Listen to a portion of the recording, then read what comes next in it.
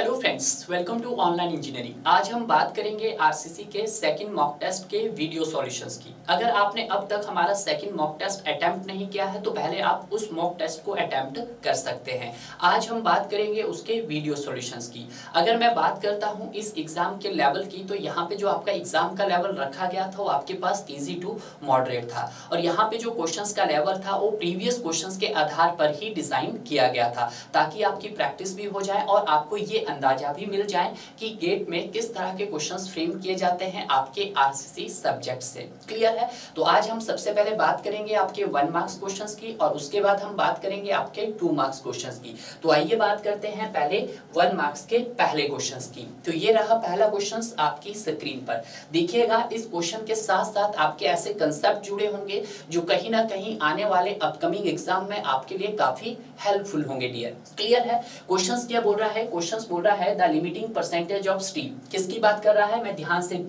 लिख रहा हूं यहां पर।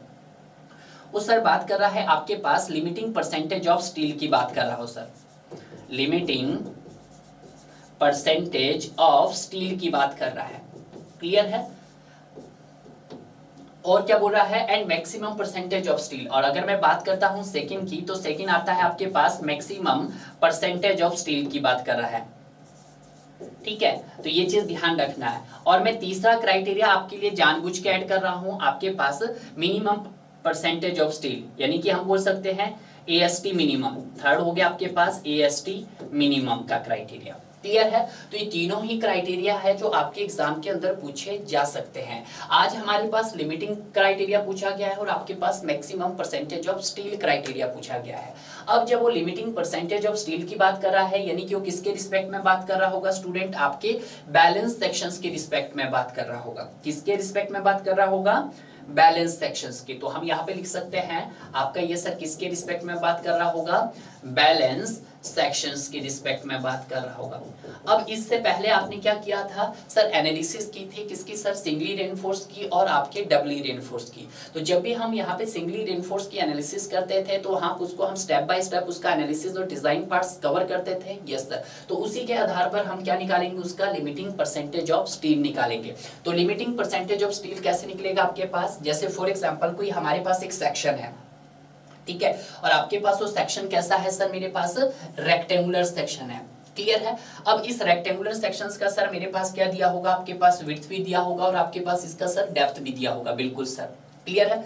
मैं इसको बिल्कुल डिटेल में आपको बताऊंगा ताकि आपका कंसेप्ट वीक ना रह जाए। ठीक है, ये देखिएगा। तो यहाँ पे अगर मैं लिखूं इसको, ये इसकी सर ओवरऑल डेप्थ हो गई है और ये सर इसकी विड्थ हो गई है। बट आप सभी जानते हैं कि जब भी हम बात करते हैं आपके आरसीसी में, तो आरसीसी में ओवरऑल डेप्थ के रिस्पेक्ट में बात नहीं करते, हम उसके इफेक्टिव डेप्थ के रिस्पेक्ट में बात करते हैं। तो इफेक्टिव डेप्थ को कवर करने से पहले आपको ये पता होना चाहिए कि जो आपके पास एक रेक्टेंगुलर टाइप का जो सेक्शन है, इसको जो हम 2 एक्सिस में डिवाइड करते हैं तो उस एक्सिस को हम क्या बोलते हैं स्टूडेंट? न्यूट्रल एक्सिस बोलते हैं।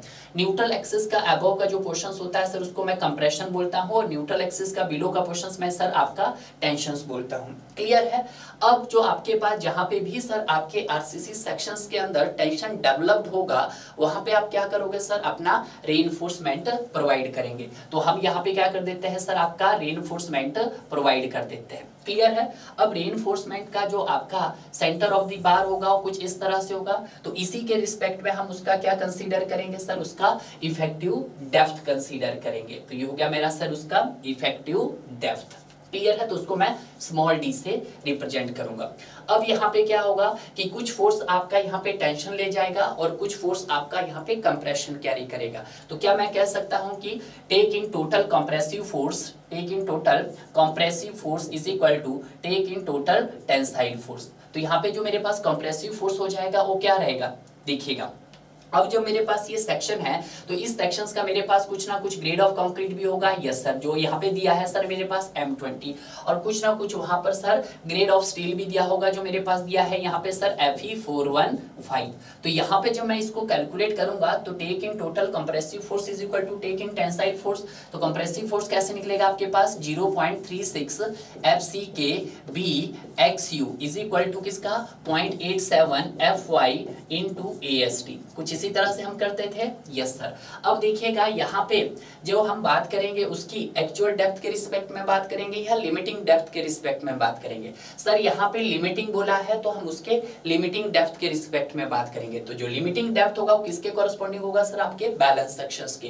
तो यहाँ पे मैं XU की जगह क्या लिख सकता हूँ सर, यहाँ पर मैं XU लिमिट लिख सकता हूँ। Yes sir. तो ये हो जाएगा 0.36 FC K B XU limit is equal to 0.87 FY into AST। Clear है? आपको क्या निकालना है, limiting percentage of steel find out करना है। क्लियर है? तो यहाँ पर आप सभी जानते हैं कि जो मेरे पास सर XU लिमिट होता है, XU लिमिट क्या होता है सर आपके पास, ये होता है sir K into D। Clear है? K क्या है हमारे पास सर, एक कांस्टेंट फैक्टर है जो किस पे डिपेंड करता है सर, आपके ग्रेड ऑफ स्टील पे डिपेंड करता है। क्लियर है? तो देखिएगा यहाँ पे इसको भी देख सकते हैं, जब ये सर ग्रेड ऑफ स्टील पे डिपेंड करता है, जैसे आपके पास Fe कितना हो गया सर 250 हो गया, तो K की वैल्यू कितनी हो जाएगी सर 0.53। अगर सर हमारे पास Fe 415 हुआ तो K की वैल्यू कितनी हो जाएगी सर 0.48 हो जाएगी। अगर सर हमारे पास Fe 500 है तो यहाँ पर K की वैल्यू कितनी हो जाएगी सर 0.46 हो जाएगी। उसी तरह से मैंने एक और भी बताया था, अगर 550 होगा तो यहाँ पे K की वैल्यू कितनी हो जाएगी सर 0.44 हो जाएगी। क्लियर है? तो यहाँ पे हम क्या कर सकते हैं कि K की वैल्यू पुट कर सकते हैं। Yes sir, sorry XU limit की पहले पुट करेंगे KD। तो यस सर कर लीजिएगा। तो अगर मैं यहाँ पे इसको लिखना चाहूँ तो मैं कुछ इस तरह से लिख सकता हूँ आप, तो ये हो जाएगा sir 0.36 FC K B XU limit की जगह मैं क्या लिख रहा हूँ आपके पास, KD लिख रहा हूँ आप। ठीक है, KD इज इक्वल टू किसका हो जाएगा आपके पास 0.87 FY AST। क्लियर है? कुछ इसी तरह से हो जाएगा सर। Yes sir. अब देखिएगा KD की वैल्यू भी मैं फिर से पुट करता चाहूँ 0.36 FC के बी KD क्या है आपके पास, K की वैल्यू किसके लिए यहाँ पे दिया है ऑलरेडी 415, और 415 के लिए K की वैल्यू कितनी है सर आपके पास 0.48। तो क्या मैं यहाँ लिख सकता हूँ इज मल्टीप्लाई बाय 0.48 और आपके पास D एजिटेड है is equal to 0.87 FY AST। Clear है? हालांकि क्या फॉर्मूला बनेगा वो आपको पता लग जाएगा, मैं डायरेक्ट फॉर्मूला भी बता सकता था। ठीक है, बट यहाँ पे समझिएगा। अब मुझे क्या निकालना है यहाँ पे, limiting percentage of steel find out करना। तो जब लिमिटिंग फाइंड आउट करना तो ये हो जाएगा AST लिमिट। तो यहाँ पे मैं AST लिमिट भी कर सकता हूँ आप, क्योंकि लिमिटिंग की बात कर रहे हैं तो यहाँ पे हम AST लिमिट कर लेते हैं। ठीक है, तो ये भी AST लिमिट कर लेते हैं। बैलेंस सेक्शन के रिस्पेक्ट में बात कर रहे हैं। डिवाइडेड बाय मैं BD करूंगा तो यहाँ पे मुझे क्या मिल जाएगा सर, तो यहाँ पे मेरे पास आ जाएगा 0.36 FC के आपके पास, FC के बाद क्या बचा आपके पास सर 0.48, यही बचा, यानी कि K बचा, तो मैं यहाँ पे 0.48 ही डाल दूं तो ज्यादा बेटर है। डिवाइडेड बाय आपके पास 0.87 FY, कुछ इसी तरह से बन गया है। Yes sir. अब मुझे क्या बोला है सर, उसने परसेंटेज में बोला, लिमिटिंग परसेंट है तो यहाँ पे परसेंटेज लगा दो, यहाँ पे आप 100 कर दो। ठीक है, तो यहाँ पे जब मैं इसको सॉल्व करूंगा तो 0.36 FC के कितना है सर 20 है मेरे पास, और यहाँ पे 0.48 डिवाइडेड बाय 0.87 FY कितना है सर 415 है, और ये मल्टीप्लाई बाय हो जाएगा आपके पास कितना 100 हो जाएगा। क्लियर है? देखिएगा बहुत सारे लोग क्या करते हैं डायरेक्ट ही आपको बता देंगे कि AST limiting percentage by BD this, but मैंने आपको यहाँ पर बेसिक से बताया है ताकि आपका कंसेप्ट वीक ना रहे। क्लियर है? तो देखिएगा 0.36 multiply by 20 multiply by 0.48 divided by 0.87 into 415, तो यहाँ से कितना आ गया सर आपके पास, मल्टीप्लाई भी कीजिएगा इसको 100 से, तो यहाँ से आ गया 0.957। कितना है सर यहाँ पर 0.957, यानी कि मैं इसको अप्रॉक्स ले सकता हूँ 0.96 ले सकता हूँ। Yes sir. तो यहाँ पे देखिएगा 0.96% आपका आ गया है। तो ऑप्शन में देखिएगा तो पहला ऑप्शन तो आपका एलिमिनेट हो गया है और डी ऑप्शन भी आपका एलिमिनेट हो गया है। अब यहाँ पे ऑप्शन बचते हैं हमारे पास सर बी और सी ऑप्शन बचते हैं। अब बी और सी ऑप्शन में से कौन सा सर सही होगा, देखिएगा जब भी हम बात करेंगे आपकी सर मैक्सिमम की, तो मैक्सिमम का क्राइटेरिया क्या हो जाएगा, तो ये हो जाएगा sir 4% of the gross area हो जाएगा। ठीक है, 4% ऑफ दी ग्रॉस एरिया। 4% को क्या लिख सकता हूं मैं सर 4/100 लिख सकता हूं ग्रॉस एरिया। अब देखिएगा अगर मैं बात करता हूं इस रेक्टेंगुलर सेक्शन का जो ग्रॉस एरिया होगा, अब देखिएगा ग्रॉस एरिया के रिस्पेक्ट में बात करेंगे तो B इंटू ओवरऑल D आएगा। ठीक है, तो ये आएगा b इंटू डी। तो इसको मैं और भी लिख सकता हूं सर, क्या लिख सकता हूं 0.04 इंटू बी डी लिख सकता हूं। क्लियर है? तो यहाँ पे जो आपका मैक्सिमम का जो क्राइटेरिया रहेगा वो कितना रहेगा सर, आपका 4% रहेगा। तो यहाँ पे जो मेरा राइट आंसर बन गया है, मुझे वो क्या मिल गया है सर, बी मिल गया है। क्लियर है? तो हमेशा ध्यान रखना कि जब भी आपसे वो लिमिटिंग परसेंटेज ऑफ स्टील की बात कर रहा होगा तो किसके रिस्पेक्ट बात कर रहा होगा, बैलेंस सेक्शन। तो आपने यहाँ पे बैलेंस सेक्शन के रिस्पेक्ट में कैलकुलेट कर देना है। बट जब उसने मैक्सिमम कहा होगा तो मैक्सिमम डायरेक्ट कोडल प्रेजेंस से। बट जब उसने सर मिनिमम का आपसे पूछा है तो मिनिमम के केस में क्या हो जाएगा, तो मिनिमम आएगा सर AST मिनिमम बाय आपके पास BD इज इक्वल टू क्या हो जाएगा 0.85 बाय FY हो जाएगा। क्लियर है? तो ये आपने किसका फॉर्मूला लगाना है वहां पर, मिनिमम का। क्लियर है? तो मैंने आपको तीनों ही बता दिया है कि जो भी आपके पास एरिया ऑफ स्टील के जो क्वेश्चंस पूछे जाते हैं मेनली हमारे पास 3 टाइप्स के पूछे जा सकते हैं। इस क्वेश्चन देने का रीजन यही था कि जो आपका कंसेप्ट हो बहुत अच्छे से बिल्ट हो। क्लियर है? लिमिटिंग परसेंटेज ऑफ स्टील पूछ लिया जाए तो आप अच्छे से कवर कर लोगे, मैक्सिमम परसेंटेज ऑफ स्टील पूछ लिया जाए तो आप बहुत अच्छे से कर लोगे, अगर AST मिनिमम आप पूछोगे तो और अच्छे से आपका यहाँ पर कैलकुलेट हो जाएगा डियर। ये जो क्वेश्चंस है आपके क्वेश्चंस, ये आपके HPPSC में भी पूछा जा सकता है, और जो आपका अभी एग्जाम है HPPSC का 20 अगस्त को, वहां पे भी इस तरह के क्वेश्चन अक्सर फ्रेम किए जा सकते हैं। क्लियर है? अब यहाँ पे बात करते हैं हम अपने नेक्स्ट क्वेश्चंस की। नेक्स्ट क्वेश्चंस क्या बोल रहा है कि एक रेक्टेंगुलर बीम है reinforced with 415 steel, the minimum percentage of steel required avoid to sudden failure of the beam. देखिएगा यहाँ पे किसका क्राइटेरिया पूछा आपसे, AST मिनिमम का क्राइटेरिया। तो मैंने अभी आपको प्रीवियस में क्या बताया कि एक तो होता है सर हमारे पास लिमिटिंग एरिया ऑफ स्टील निकालते हैं आप, ठीक है, जो किस में निकालते हैं सर, आप परसेंटेज में निकालते हैं। तो कैसे निकल के आ जाता है सर आपके पास, सिंपल है, यहां से आप देख सकते हैं, यहां से हम फॉर्मूला भी बना सकते हैं इसका। कैसे बनाएंगे अभी देखिएगा, यहां पे बना लेते हैं हम। ये बन जाएगा आपके पास that is AST limiting by आपके पास क्या हो जाएगा sir, BD is equal to 0.36 FCK आपके पास। उसके बाद क्या आ जाएगा सर, K की value divided by 0.87 FY। Clear है? कुछ इसी तरह से दिखेगा 0.36 FCK इंटू K। ये 0.48 किसकी वैल्यू है सर, K की वैल्यू है, और आपके पास बाद में क्या कर दिया है, परसेंटेज के लिए उसको मल्टीप्लाई कर दिया है 100, तो यहाँ पे 100। ठीक है, तो एक फॉर्मूला आपके पास ये बन गया है। दूसरा हम बात करते थे सर किसकी, आपके मैक्सिमम की। ठीक है, तो जो हमारे पास AST मैक्स होता है वो AST मैक्स कितना आता है sir, 4% of the gross area. ठीक है, कुछ इसी तरह से हमने बात की थी। यस सर, क्लियर है? ये भी आपको पता चल जाएगा कि सर 4% 6% का क्राइटेरिया कब है। जो जैसे जैसे हम आपके मॉक टेस्ट लेते रहेंगे वैसे वैसे आपका कंसेप्ट क्लियर होगा। क्लियर है? उसी तरह से जब हम बात कर लेते हैं आपका AST मिनिमम कि कम से कम कितना होना चाहिए, divided by BD is equal to 0.85 divided by FY। Clear है? तो आज आपसे क्या पूछा है उसने, आज पूछा है मिनिमम परसेंटेज। अगर हम इसको परसेंटेज में निकालना चाहेंगे तो इसको मल्टीप्लाई कर दीजिएंगे आप 100 से। क्लियर है? तो देखिएगा यहाँ पर निकालिएगा, तो ये जो हो जाएगा मेरे पास AST minimum by BD is equal to आपके पास 0.85। अब देखिएगा ये जो मिनिमम का क्राइटेरिया है किस पे डिपेंड करता है सर, आपके सर डिपेंड करता है कि वहाँ पे किस तरह का ग्रेड ऑफ स्टील यूज किया गया। तो यहाँ पे जो ग्रेड ऑफ स्टील दिया गया वो आपके पास Fe415 दिया गया। तो यहाँ पे हम डिवाइडेड बाय क्या कर देते हैं सर, 415 मल्टीप्लाई बाय 100 कर देते हैं। क्लियर है? तो जरा कैलकुलेट कीजिएगा, यहाँ से कितना है सर, ये हो जाएगा 0.85 डिवाइडेड बाय 415।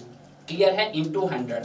तो यहाँ से कितना आया आपके पास सर, यहाँ से आ जाएगा 0.2048। तो मैं इसको अप्रॉक्स ले सकता हूँ, 0.21% ले सकता हूँ। Yes sir. तो देखिएगा ऑप्शंस में यहाँ पर सर आपका ऑप्शन क्या हो गया है सर, बी हो गया है। अब देखिएगा ये भी आपको पहले से ही याद होना चाहिए। अगर हम बात करते हैं इन केस ऑफ Fe250 में देखते हैं, तो Fe250 में क्या होगा सर आपके पास, ये हो जाएगा AST minimum by BD is equal to 0.85 divided by, अब देखिएगा Fi की जगह कितना है सर 250, तो यहाँ पर 250 मल्टीप्लाई बाय 100।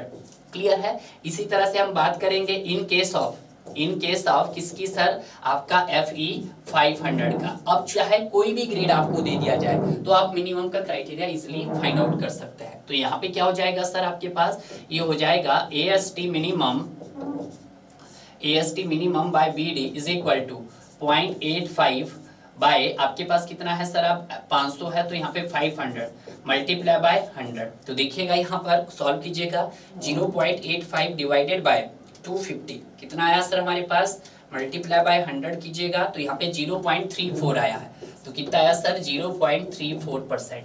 तो यहाँ से याद रखना है कि 0.34% कब आया सर हमारे पास, जब FE 250 था, ठीक है। और ये कब आया सर, जब हमारे पास सर FE 415 है, ठीक है। इससे कंसेप्ट क्लियर होते हैं। अब बहुत सारे स्टूडेंट तो डायरेक्ट ही रट लेंगे कि सर 415 के लिए कितना, 0.21%। क्लियर है, तो पहले कंसेप्ट को अपना क्या बनाइएगा, स्ट्रॉन्ग बनाइएगा। क्लियर है।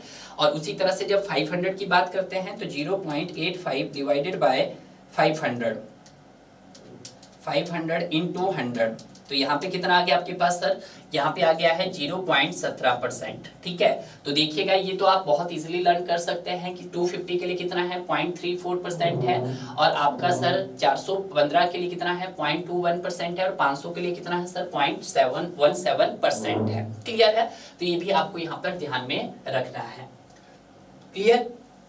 अब यहाँ पे बात करते हैं हम अपने नेक्स्ट क्वेश्चंस की। देखिएगा नेक्स्ट क्वेश्चंस क्या है, the short term modulus of elasticity of M45 concrete in megapascal. किसकी बात कर रहा है वो, आपके short term modulus of elasticity की बात कर रहा है। मैंने आपको पहले भी बताया था कि एक आपका long term modulus of elasticity होता है और एक आपका short term modulus of elasticity होता है। तो जब हम short term modulus of elasticity की बात करते हैं, अकॉर्डिंग टू IS 456 1978 के मुताबिक, क्योंकि बहुत सारे स्टूडेंट अभी भी गुप्ता एंड गुप्ता सॉल्व करते हैं, तो उसके मुताबिक जो ये होता है short term modulus of elasticity in concrete, steel नहीं है कंक्रीट है सॉरी, इसकी किसके इक्वल हो जाएगा आपके पास 5700 रूट FC के हो जाएगा।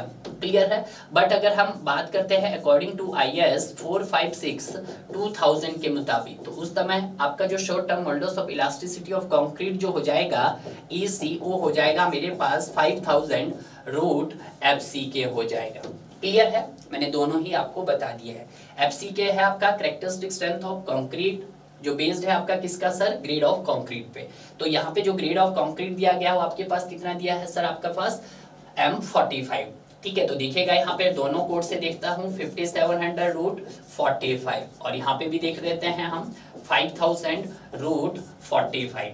अब जो रूट 45 आएगा आपके पास वो 6 पॉइंट समथिंग आएगा, आप देख भी लीजिएगा 6 मतलब सॉरी रूट 45 6.7 समथिंग आया है, मल्टीप्लाई बाय कीजिएगा 5700, तो यहाँ पे कितना आ रहा है सर आपके पास, तो यहाँ से आ जाएगा 236 न्यूटन पर mm स्क्वायर, ठीक है। यानी कि इतना क्या आ गया आपके पास वहाँ पे short term modulus of elasticity of concrete आ गया मेगा पास्कल में। क्लियर है। और अगर हम बात करते हैं यहाँ पे, तो यहाँ पे भी देखिएगा आप, तो रूट 45 किया आपने सर, मल्टीप्लाई बाय 5000 कीजिएगा, तो यहाँ पे कितना आ जाएगा सर आपके पास, ये आ जाएगा 33541, ठीक है, न्यूटन पर mm स्क्वायर, ठीक है। ये आप सभी जानते हैं कि 1 न्यूटन पर mm स्क्वायर किसके इक्वल होता है सर, हमारे 1 मेगा पास्कल के इक्वल होता है। क्लियर है। अब यहाँ पे बात करते हैं हम अपने नेक्स्ट क्वेश्चंस की। देखिएगा नेक्स्ट क्वेश्चंस भी काफी अच्छा क्वेश्चंस है और इजी क्वेश्चंस है। क्लियर है। इस तरह के क्वेश्चंस के आने की पॉसिबिलिटी भी बन सकती है 1 मार्क्स में। क्वेश्चंस क्या बोल रहा है, एक रेक्टेंगुलर बीम है, तो हम सबसे पहले क्या कर देते हैं सर, एक रेक्टेंगुलर बीम बना लेते हैं। रेक्टेंगुलर बीम है और इस रेक्टेंगुलर बीम की आपके पास कुछ ना कुछ विड्थ भी दे दी गई है उसने, और कुछ उसने उसकी इफेक्टिव डेप्थ भी दे दी गई है। यानी कि इफेक्टिव डेप्थ दे दी है कुछ इस तरह से, ठीक है। इफेक्टिव डेप्थ क्या होता है कि जहां पर आपका क्या होगा, मेन बार्स आपने प्रोवाइड किया होगा टेंशन जोन में, उसके CG से लेकर आउटर मोस्ट पार्ट, ठीक है, तो उसके बीच के डिस्टेंस को हम क्या बोलेंगे, आपका इफेक्टिव डेप्थ बोलेंगे। और इसको जब 2 एक्सिस में डिवाइड करेंगे तो उसको हम क्या बोलेंगे sir, neutral axis. Neutral axis का अबव का पार्ट मैं कंप्रेशन मान रहा हूँ, न्यूट्रल एक्सिस के नीचे का पार्ट टेंशन। जहाँ पे टेंशन डेवलप वहाँ पे आप क्या प्रोवाइड कर देंगे, अपना रेइंफोर्समेंट बार प्रोवाइड कर देंगे, ठीक है। तो अगर मैं बात करता हूँ यहाँ पे विड्थ कितनी दी है सर, मेरे पास विड्थ दे दी गई है 250 mm दे दी गई है। अगर मैं बात करता हूँ यहाँ पे सर डेप्थ की, तो डेप्थ कितनी दे दी है सर मेरे पास यहाँ पर 350 mm दे दी गई है। क्लियर है। आगे क्या बोला है कि tension with mild steel grade, mild steel grade दे दिया है यहाँ पर कितना सर आपके पास, गिवन यहीं पे लिखता हूं मैं, बी दे दिया है सर मेरे पास 250 mm, ठीक है, डी दे दिया है सर मेरे पास 350 mm, और यहाँ पर ग्रेड ऑफ स्टील मतलब FY दे दिया आपके पास, कितना दिया है सर 250 मेगा पास्कल, ठीक है, मेगा पास्कल। और क्या दिया है सर आपके पास, AST दे दिया है, तो AST कितना दे दिया है सर 1800 mm² दे दिया है, ठीक है, यानी कि जो आपका टेंशन में जो AST प्रोवाइड किया कितना sir 1800 mm। The grade of concrete यानी कि FCK कितना दे दिया है सर आपके पास 30 दे दिया है न्यूटन पर mm², ठीक है। The ultimate moment of resistance, आपको क्या निकालना है यहाँ पर MOR निकालना है, ठीक है, अल्टीमेट। MOR का मतलब क्या है, आपको इस सेक्शन की ताकत निकालनी है कि ये कितना, इसके अंदर कितनी कैपेसिटी है, ये कितना लोड रजिस्ट कर सकता है। तो जब हम इसकी ताकत निकाल देंगे तो आपका आंसर भी आ जाएगा। देखिएगा, सबसे पहले अगर हम बात करते हैं तो सबसे पहले स्टेप में तो आपने गिवन डाटा लिख दिया है, और स्टेप 2 में अगर हम क्या करते हैं, स्टेप नंबर 2, स्टेप नंबर 1 लिखता हूं मैं डायरेक्ट इसको। स्टेप नंबर 1 में हम कैलकुलेट करेंगे आपका XU लिमिट, ठीक है, limiting depth of neutral axis. तो हम देखते हैं limiting depth of neutral axis, या मैक्सिमम डेप्थ भी बोल सकते हैं, limiting depth of neutral axis, but मैं किसके रिस्पेक्ट में बात कर रहा हूं, अभी बैलेंस के रिस्पेक्ट में बात कर रहा हूं। तो इसको हम लिखते हैं दैट इज XU लिमिट। और यहाँ पे जब हम XU लिमिट निकालेंगे तो XU लिमिट क्या हो जाएगा आपके पास सर, XU लिमिट हो जाएगा सर मेरे पास KD हो जाएगा, जहां पर अगर K है कि किस पे डिपेंड करता है, आपका ग्रेड पे डिपेंड करता है। Fe 250 हो सकता है आपका सर, Fe 415 हो सकता है, और आपका सर Fe 500 हो सकता है। Fe 250 के लिए K की वैल्यू कितनी रहेगी सर, 0.53 रहेगी, और 415 के लिए कितनी रहेगी, 0.48 रहेगी, 500 के लिए कितनी रहेगी सर, 0.46 रहेगी। क्लियर है, ये आप देख सकते हैं। तो यहाँ पे अगर मैं पुट करना चाहूँ तो XU limit is equal to, अब देखिएगा 250 है तो 0.53D, ठीक है, तो यहाँ पर 0.53D कितना दिया गया सर हमारे पास, यहाँ पर सर D दे दिया है आपके पास 350, तो यहाँ पे मेरा 350। तो देखिएगा जरा, पुट सॉल्व कीजिएगा, तो 0.53 इंटू 350 कितना आया सर हमारे पास, 185.5, यानी कि आपके पास आ गया सर 185.5 mm आ गया है। क्लियर है, ये हो गया मेरा पहला स्टेप। सेकंड स्टेप में आप क्या कैलकुलेट करेंगे, स्टेप नंबर 2 में आप actual depth of neutral axis calculate करेंगे, ठीक है। क्या करेंगे सर हम, actual depth of neutral axis,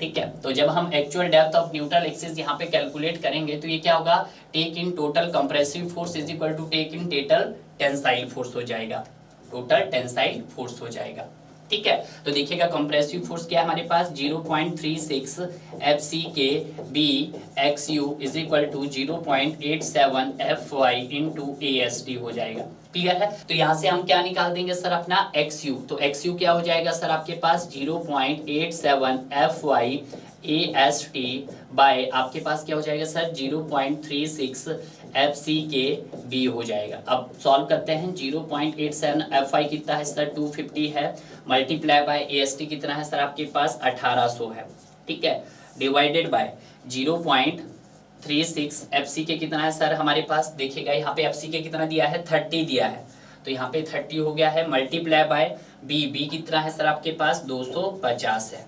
clear है, तो सॉल्व कीजिएगा, तो 0.87 multiply by 250 multiply by 1800 divided by 0.36 multiply by 30 into 250, तो यहाँ से कितना आ गया सर आपके पास 145 mm आ जाएगा। क्लियर है, तो अब हम बात करेंगे स्टेप थर्ड की। तो स्टेप थर्ड में हम क्या करेंगे सर, इनका कंपैरिजन करेंगे, कंपेयर करेंगे।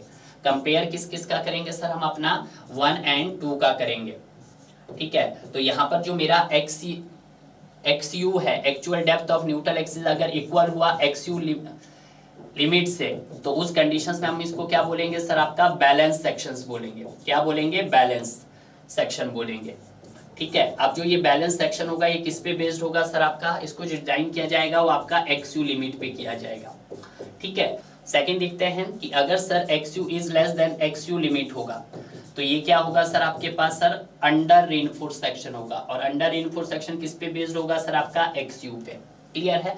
और अगर x you is more than x U limit होगा स्टूडेंट तो यहाँ पे क्या होगा सेक्शन आपका ओवर रेनफोर्स सेक्शन होगा। वैसे ओवर रेनफोर्स सेक्शंस को आपको डिजाइन नहीं करते हैं, बट अगर कभी गलती से एग्जामिनर पूछ रहा होगा तो ये किस पे बेस्ड होगा सर, ये आपका एक्स यू लिमिट पे बेस्ड होगा, ये भी क्लियर है, क्योंकि इसको क्या किया गया है आपके लिमिट स्टेट मेथड ने एब्सोल्यूट किया गया है, ठीक है। तो देखिएगा यहाँ पर क्वेश्चंस में क्या है कि जो हमारे पास लिमिटिंग डेप्थ था वो 185.5 था और जो एक्चुअल डेप्थ था वो आपके पास 145 था। तो कहने का मतलब क्या है कि जो सर हमारे पास XU है, XU क्या है सर, लेस देन है आपका XU लिमिट से। तो XU is less then XU limit है तो आपका कौन सा सेक्शन डिजाइन किया जाएगा सर, आपका अंडर रेनफोर्स सेक्शन की तरह इसको डिजाइन किया जाएगा, ठीक है। तो यहाँ पर इसको देखिएगा कौन सा सेक्शन रहेगा सर आपके पास, ये अंडर रेनफोर्स सेक्शन।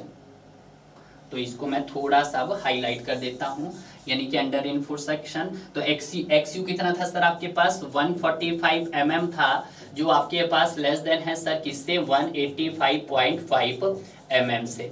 तो आप क्या निकाल सकते हैं, देखिएगा जब भी हम बात करेंगे आपके बैलेंस सेक्शंस की और जब भी हम बात करेंगे आपके किसकी सर, अंडर रेनफोर्स सेक्शन की, तो इन दोनों ही कंडीशंस में आप कंप्रेशन से भी निकाल सकते हैं टोटल मोमेंट ऑफ रेजिस्टेंस और इन टेंशन केस में भी निकाल सकते हैं, दोनों के में ही निकाल सकते हैं, क्लियर है। बट जब हम बात करते हैं ओवर रेनफोर्स सेक्शंस की तो ओवर रेनफोर्स सेक्शन में आपको सिर्फ एक ही साइड से कैलकुलेट कर सकते हैं, क्लियर है, ओनली टेंशन साइड से। वैसे वो चीजें आपको करना नहीं है क्योंकि इसको तो आपको माना ही नहीं है। तो यहाँ पे जो आपका MOR हो जाएगा, मोमेंट ऑफ रेजिस्टेंस हो जाएगा या अल्टीमेट मोमेंट ऑफ रेजिस्टेंस हो जाएगा टेक इन कंप्रेशन। कंप्रेशन के केस में क्या हो जाएगा, टोटल कंप्रेसिव फोर्स, तो टोटल 0.36 FCK B XU। अब देखिएगा यहाँ पर मेरे पास अंडर रेनफोर्स सेक्शन है तो यहाँ पे मैं XU के रिस्पेक्ट में बात करूंगा, ठीक है, इनटू लीवर आर्म। तो लीवर आर्म क्या हो जाएगा D माइनस 0.42 XU हो जाएगा, क्लियर है। उसी तरह से मैं यहाँ पे टेंशंस के रिस्पेक्ट में बात करता हूँ, MOR in case of tension हो जाएगा तो 0.87 FY AST total tension into lever arm D minus 0.42 XU हो जाएगा, क्लियर है। सॉल्व करके देख लेते हैं यहाँ पर, तो ये हो जाएगा 0.87 FY कितना है सर हमारे पास 250 है, FY 250 है, इनटू AST आपके पास कितना है सर 1800 है, D कितना है सर हमारे पास 350 है, D 350 ही है, yes sir, minus 0.42 into XU कितना आया था सर आपके पास 145 आया था, तो यहाँ पे आप 145 लीजिएगा, तो दैट इज 145। सॉल्व कीजिएगा तो आपका आंसर आ जाएगा।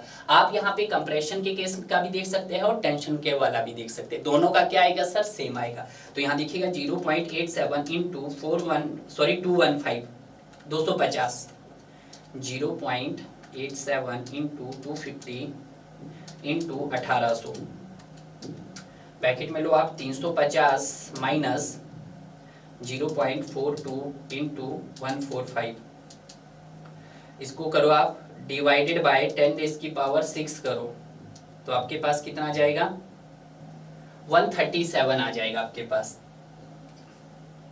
कितना आया सर आपके पास यहाँ पर, ये आया 137 किलो न्यूटन मीटर, ठीक है। तो यहाँ से आपका ये आंसर आ गया है। तो देखिएगा ऑप्शंस क्या रहा सर आपका 130 रहा, 137 रहा, 320 रहा या 423 रहा। तो आपका आंसर रहा सर यहाँ पर 137 किलो न्यूटन मीटर रहा, क्लियर है। तो इस तरह के क्वेश्चंस की प्रैक्टिस भी आप बहुत अच्छे से कीजिएगा, कुछ नहीं करना है, स्टेप वाइज है। पहले आपको क्या कैलकुलेट करना है, लिमिटिंग डेप्थ निकालना है, फिर एक्चुअल डेप्थ फाइंड आउट करना है, फिर कंपेयर करना है और उसके बाद MOR कैलकुलेट कर देना है, क्लियर है। अब यहाँ पे बात करते हैं हम अपने नेक्स्ट क्वेश्चंस की। नेक्स्ट क्वेश्चंस क्या है कि limiting area of steel for a rectangular beam. आपको क्या निकालना है, लिमिटिंग एरिया ऑफ स्टील निकालना है, ठीक है, of rectangular beam 250 mm wide and 450 mm effective depth. बिल्कुल है, सिंपल क्वेश्चन है ये भी आपके पास कि सपोज करो आपके पास एक सेक्शन है, इस सेक्शन का हमारे पास क्या दे दिया है सर, विड्थ भी दे दिया है और डेप्थ भी दे दिया है, आपको इफेक्टिव की बात कर रहा हो, ठीक है। तो ये हमने लिख दिया है जी, ठीक है। यहाँ पे आपका कुछ टेंशन रेनफोर्समेंट होगा, बिल्कुल सर, ठीक है। इसको हम दो एक्सिस में डिवाइड करते हैं, तो उस एक्सिस को हम बोलते हैं न्यूट्रल एक्सिस। इसके ऊपर आपका टेंशन हो, कंप्रेशन हो सकता है और नीचे आपका टेंशन हो सकता है। जहाँ पे भी टेंशन डेवलप्ड वहाँ पे आप स्टील प्रोवाइड करेंगे। ठीक है, यहाँ पर क्या दिया गया आपके पास, विड्थ दे दी गई है बी दे दिया है आपके पास, सिमिलर ही क्वेश्चंस लग रहा है मेरे को, 250 mm दे दिया है, और यहाँ पर आपके पास डेप्थ कितनी दे दी है सर आपके पास, ये 450 mm दे दिया गया है। क्लियर है। तो अगर हम बात करते हैं यहाँ पे ग्रेड ऑफ कंक्रीट की, तो ग्रेड ऑफ कंक्रीट आपके पास कितना दे दिया है, एफसी के दे दिया है हमारे पास 20 न्यूटन पर mm स्क्वायर, यानी कि M20 बात कर रहा है।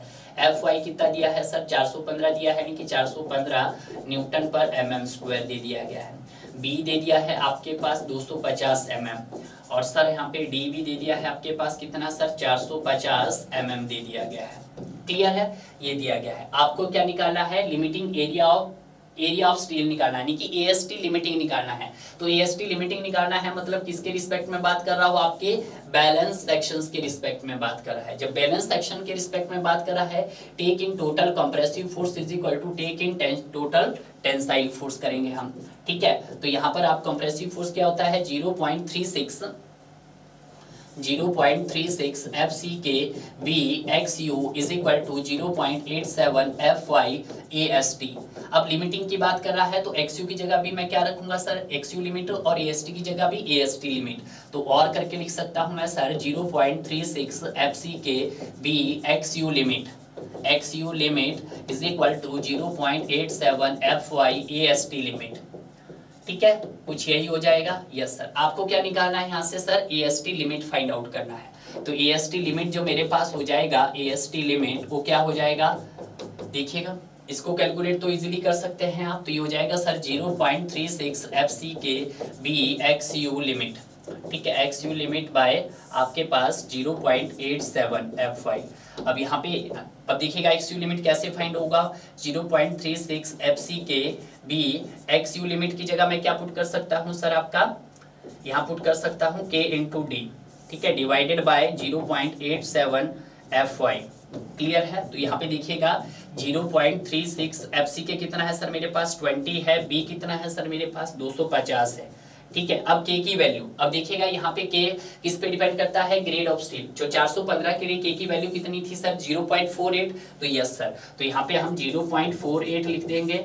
ठीक है, और D की वैल्यू कितनी है सर आपके पास, 450 है।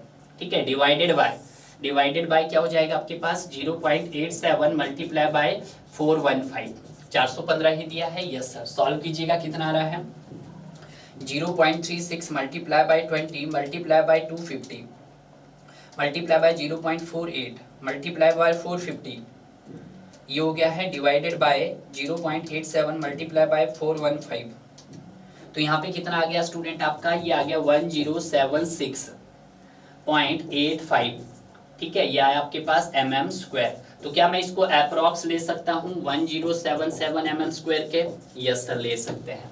क्लियर है। तो यहाँ पे जो राइट आंसर हो गया आपके पास वो क्या हो गया है सर, सी इसका राइट आंसर हो गया है। क्लियर है। जो मोस्टली क्वेश्चंस यहाँ पे जो आपके पूछे गए हैं वो बहुत इजी क्वेश्चंस है। वो इजी तभी है जब आप उसका एनालिसिस पार्ट बहुत अच्छे से आया होगा सिंगली रेनफोर्स का। क्लियर है। अब यहाँ पे देखते हैं अब अपने नेक्स्ट क्वेश्चंस पे क्या बोल रहा है कि in an under reinforce concrete beam, किसकी बात कर रहा है वो, अंडर रेनफोर्स कंक्रीट बीम की बात कर रहा हूँ। तो अगर हम बात करते हैं यहाँ पर आपकी रेनफोर्स कंक्रीट के टाइप्स ऑफ सेक्शंस की, किसकी बात कर रहे हैं सर, यहाँ पर हम टाइप्स ऑफ सेक्शंस की बात कर रहे हैं। ठीक है, तो देखिएगा यहाँ पर जब हम टाइप्स ऑफ सेक्शंस की बात कर रहे हैं, सबसे पहले हम बात करेंगे आपकी सर अंडर रेनफोर्स सेक्शंस की। ठीक है, और उसके बाद हम बात करेंगे ओवर रेनफोर्स सेक्शंस की, और हम बात कर लेते हैं यहाँ पे बैलेंस सेक्शंस की भी बात कर लेते हैं। ठीक है, ये इंपॉर्टेंट है क्योंकि हो सकता है आज तो आपसे अंडर रेनफोर्स रिस्पेक्ट बात कर रहा है, कल को हो सकता है ओवर रेनफोर्स की बात करेगा और बैलेंस के रिस्पेक्ट में बात कर सकता है। क्लियर है। तो पहली स्टेटमेंट देखिएगा, पहली स्टेटमेंट बोल रहा है कि depth of neutral axis is less than critical depth of neutral axis. बिल्कुल, ये बोल रहा है कि जो आपके पास sir actual depth of neutral axis होगा वो लेस देन होगा आपके पास critical depth of neutral axis. ये तो हम बात करते हैं वर्किंग स्ट्रेस मेथड में इसको लिखते हैं, बट इसको मैं अगर लिमिट स्टेट में बात करूंगा तो एक्चुअल को मैं XU बोलता हूं और क्रिटिकल को सर मैं XU बोलता हूं। सॉरी, एक्चुअल का तो एक्चुअल ही रहेगा, यहाँ पे एक्चुअल को मैं लिख सकता हूं XA और यहाँ पर क्रिटिकल को लिख सकता हूं XU लिमिट। ठीक है, ये आप ध्यान रख सकते हैं। यहाँ पर किसमें हो गया सर आपका लिमिट स्टेट मेथड में XU ही रहेगा यहाँ पर। बट जब हम बात करते हैं लिमिट स्टेट मेथड में तो एक्स ए की जगह क्या हो जाता है आपका एक्स यू हो जाता है, और यहाँ पे क्रिटिकल की जगह क्या हो जाता है आपके पास सर एक्स यू लिमिट हो जाता है। ठीक है, ये कब करते हैं हम सर आपके लिमिट स्टेट मेथड में। लेस देन का क्राइटेरिया होगा तो सर आपका अंडर रीइंफोर्स सेक्शन होगा, यहाँ पे भी अंडर रीइंफोर्स सेक्शंस होगा। तो अंडर रीइंफोर्स सेक्शंस में क्या होगा सर कि जो हमारे पास actual depth of neutral axis होगा वो अगर लेस देन है critical depth of neutral axis के, तो आपका सेक्शन क्या होगा सर अंडर रीइंफोर्स सेक्शन होगा। तो आपका ये स्टेटमेंट क्या है सर सही है। नेक्स्ट देखते हैं ओवर रीइंफोर्स सेक्शंस में क्या होगा सर कि जो एक्चुअल डेप्थ होगा वो मोर देन होगा आपके critical depth of neutral axis से, बट जो बैलेंस सेक्शन होगा सर वो balance section X A is equal to किसके होगा critical depth of neutral axis के। क्लियर है। अगर हम बात करेंगे लिमिट स्टेट में तो आपने एक्स ए की जगह एक्स यू कर देना है और एक्स सी की जगह एक्स यू लिमिट कर देना। क्लियर है, ये बात क्लियर हुई। Yes sir. अब आता है सेकंड कंसेप्ट इसका। सेकंड कंसेप्ट क्या रहता है सर कि जो आपका अंडर रीइंफोर्स सेक्शन होता है इसमें क्या होता है स्ट्रेसेस है वो पहले किस में रीच करती है। तो देखिएगा अंडर में मतलब क्या है आपका कि स्टील का अमाउंट कम है, ओवर रीइंफोर्स मतलब यहाँ पे स्टील का अमाउंट ज्यादा है।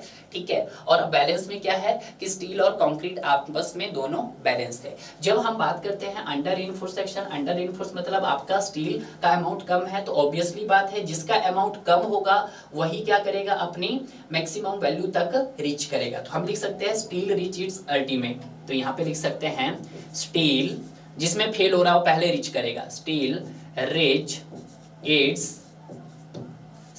इट्स अल्टीमेट वैल्यू या अल्टीमेट स्ट्रेस लिख देते हैं, अल्टीमेट स्ट्रेस।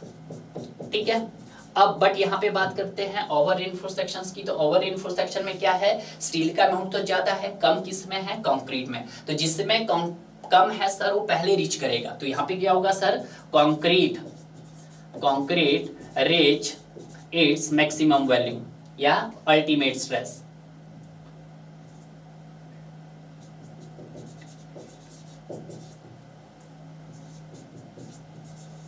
ठीक है, बट जब हम बात करते हैं बैलेंस में तो बैलेंस में क्या होता है दोनों ही स्टील और कंक्रीट क्या करते हैं साइमल्टेनियसली रीच करते हैं। तो इसमें क्या करते हैं बोथ आपका steel and concrete reach its ultimate value, ultimate stress.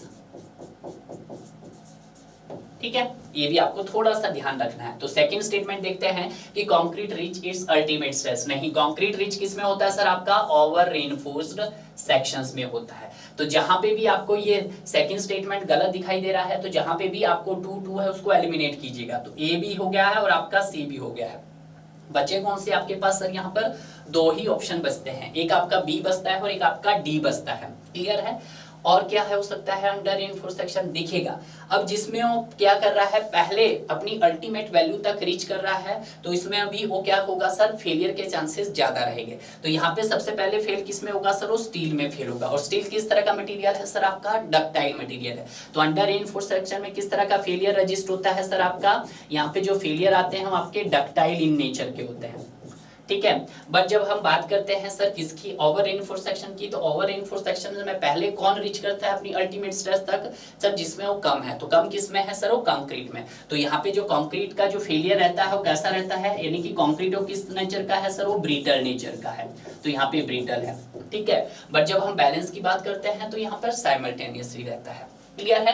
अब देख लेते हैं हम सी स्टेटमेंट भी कि moment of resistance is less than that of balance section. बिल्कुल सही कि जब हम बात करते हैं अंडर रीइंफोर्स सेक्शंस की तो अंडर रीइंफोर्स सेक्शन में जो आपका मोमेंट ऑफ रेजिस्टेंस होता है, मोमेंट ऑफ रेजिस्टेंस होता है जो अंडर रीइंफोर्स सेक्शंस में वो लेस देन होता है moment of resistance balance sections में।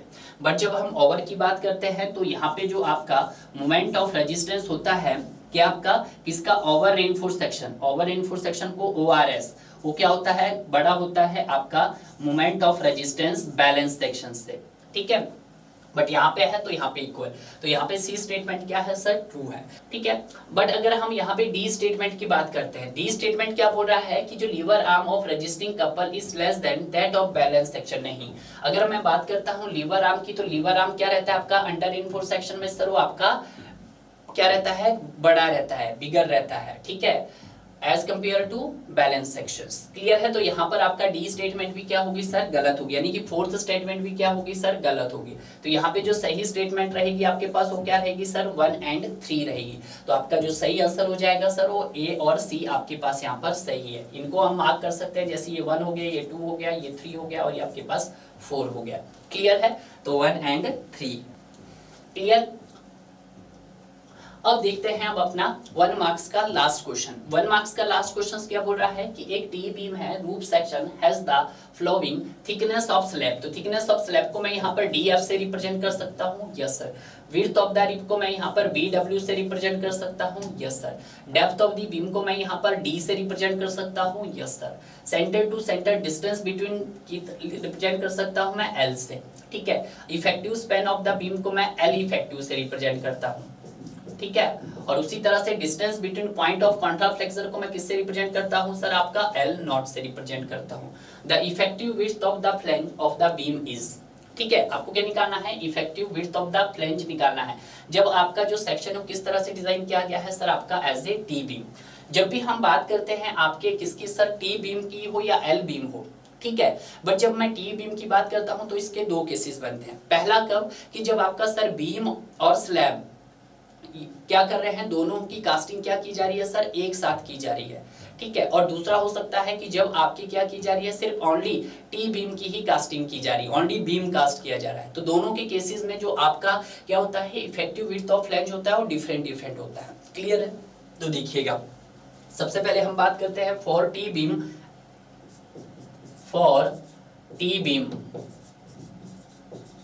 बीम एंड स्लैब की जो कास्टिंग की जा रही है वो एक साथ की जा रही है, कास्टिंग मोनोलिथिकली।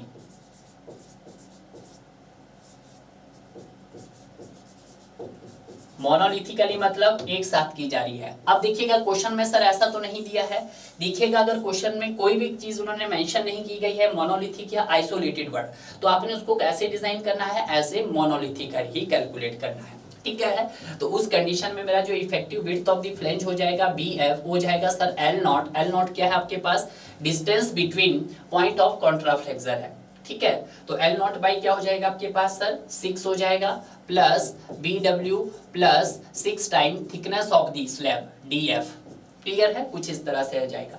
और इसका सेकंड क्राइटेरिया भी आप चेक करना चाहो तो वो भी कर सकते हैं। वो क्या हो जाएगा आपके पास, BW प्लस आपके पास L1/2 प्लस L2/2, ठीक है। कुछ इस तरह से हो जाएगा, यस सर। तो देखिएगा यहाँ पर आपके पास सब दिए हैं तो आप पुट कर सकते हैं। तो BF क्या हो जाएगा, L नॉट क्या है, distance between point of contraflexure 3.6 meter है। 3.6 मीटर का मतलब 3600 mm है, तो मैं इसको 3600 लिख सकता हूँ, डिवाइडेड बाय 6।